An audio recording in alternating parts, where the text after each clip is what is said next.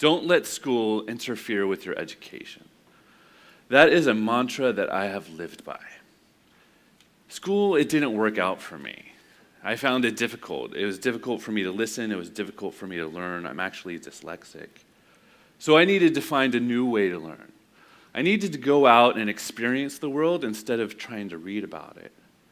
So when university came around, I decided to leave. I decided to leave what wasn't happening and move. And I went to the American University of Paris in France. And I enrolled in school there. It's a very small school, 1,000 students, 50 different countries.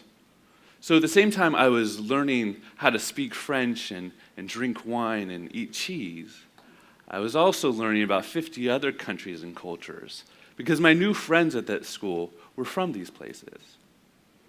One of my best friends, he was actually a UN peacekeeper, and he was in Bosnia during the conflict there, and he would tell me stories about Bosnia. And those stories came alive like no book ever had. And I thought to myself, this is working. This type of education is working for me, and this type of education could actually work for a lot of kids. So as my time in Paris was wrapping up, I heard chatter of a few guys wanting to start an organization. They were going to use the internet for this organization. You have to remember, it's 1998. There's still dial-up, and Google's not really Google yet, and the iPod hasn't started yet. But they were going to use this internet to connect kids around the world to have meaningful conversations that were important to them. And I thought, that's interesting. And I made my way over, and we had conversations. And those conversations turned into an organization that I co-founded called Global Nomads Group. The mission of Global Nomads Group is to foster dialogue and understanding amongst the world's youth. So we use the internet, and we use video conferencing specifically to connect kids who otherwise wouldn't meet each other, to get to have them talk about things that are meaningful to them. So they might talk about what their home life is like, what type of sports they like, with their favorite musician, the latest viral video. They're having the same type of conversations that I was having with my colleagues in Paris. When we started the organization with the help of family and friends and second jobs, third jobs, I think I probably had a fourth job, and people thought we were crazy. They didn't see the need for global education. We needed to prove them wrong. We needed to prove to them that global education just wasn't for kids in their junior year at their private elite colleges, but it was actually for every young person in America. Why? Because when those kids go for that job interview in 2025, it's going to be the norm for them to engage with people who are different than them. People who are from different religions, different backgrounds. So we at Global Nomads Group believe that every young person in America needs to have a meaningful cross-cultural exchange during their education to prepare them for the global economy and a more diverse world. So we got a couple of rock stars to join us at the beginning, and we connected some schools in Honduras with schools in the United States, and they loved it. They loved the conversation. They loved seeing each other. But most teachers in 1998, they were still trying to figure out what the internet was and how to use it in the classroom, and is this a scary thing to bring within my classroom? And then 9/11 happened, and that changed everything for us. People didn't understand. Why would these people want to hurt us? Why would these people want to kill us? Why are they doing this to us? Who are these people? So we saw it as an opportunity. We saw it as an opportunity to link kids in the United States with kids in the Middle East, these same kids that they thought were out for them. And we helped them navigate what were at times very, very challenging conversations. I remember this one young woman in Jordan. She stood up and she said, "I am an Arab. My parents are Arabs, and we are not terrorists." And for me, it was heartbreaking to have to watch this young woman stand there and defend her culture and who she was because a minority had hijacked it. But at the same time, this was her opportunity. This was her opportunity to bypass the nightly news and tell kids in America exactly what it was to be an Arab and exactly what Islam meant. For me, it was probably in 2004 that I really realized the power of these programs. We went to Rwanda because we wanted to link schools in the United States with scientists in Rwanda. Scientists from the Dian Fossey Gorilla Fund. They work with the mountain gorillas, the same ones that were in the movie Gorillas in the Mist. And at the same time, we were going to do a cultural exchange between Rwandan youth and American youth. And when we got there, we started talking to these Rwandan youth, and we realized, you know what, this program, it's not going to be about the mountain gorillas. It's going to be about what these kids were going to exchange with each other. You see, the kids in Rwanda, they were 17 years old when we met them. That means they were 7 years old when the genocide happened. Every one of them had been impacted by the genocide. Some were refugees, some were orphaned, some were the children of perpetrators. In the US, the kids in the US, they didn't know anything about Rwanda. Hotel Rwanda hadn't come out yet.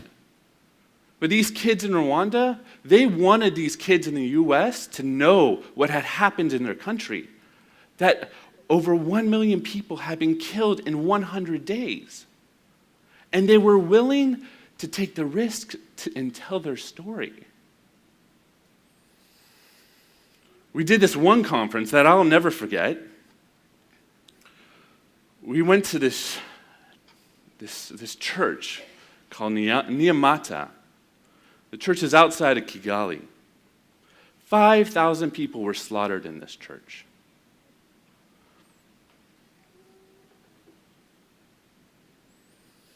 The victims, they went to the church because it was a church. The perpetrators, they saw it as an efficient way to kill 5,000 people all at once. So, we brought these kids to this church, and they sat in the church, and we set up a satellite link to a school in Indianapolis. And what happened then, I certainly will never forget. There was this young woman, and she stood up, and she described to the kids in the United States the blood-stained wall where they beat babies.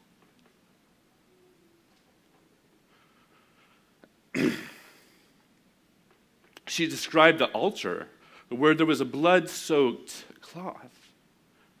And she asked, how could this happen in a place of worship? And then she demanded, how could this happen at all? Considering that 6 million Jews had been killed before, and the world had said never again. It didn't matter. It didn't matter if you were in Rwanda, if you were in Indiana, or if you were in Sarasota, Florida. The conversation was so honest and so authentic that it crossed through any cultural, geographical, technical barriers.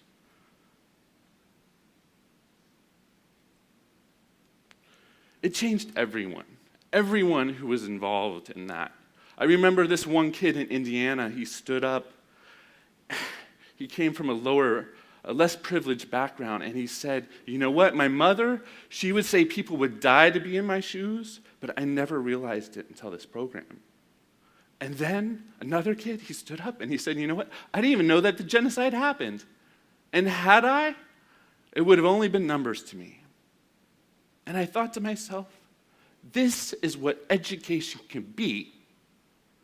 Education could be about kids talking to kids, getting them to learn from each other, going beyond the stereotypes and stigmas, and preparing themselves for a time when our world is so interconnected that dealing with people who are different from you is the norm. Right now, less than 3% of Americans will go abroad during their education. That means that less than 3% of Americans during their education will actually deal with somebody who is different than them. So what about the other 97%? We can't afford to put them all on planes and send them for a semester abroad. So you know what? They're left to stay and learn about the world through frightening news reports and stereotypes of extremists. But what we can do is we can leverage technology and allow 100% of our young people to have a meaningful cross-cultural exchange like we did for those US and Rwandan kids. Allowing them to say truly who they are beyond the assumptions and the stereotypes. It all needs to start with a conversation.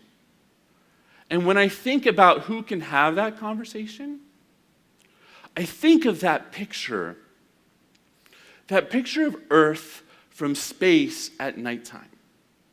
Do you know the one I'm talking about? It's stunning. It's beautiful. You could see all the places in the world that are lit up and all the places that are dark. And there I see opportunity. There I see opportunity for young people to connect. And I wonder what they would share with each other. I wonder what they would learn from each other. And I wonder how it will change their life forever. I think it is time that we go find out. Thank you.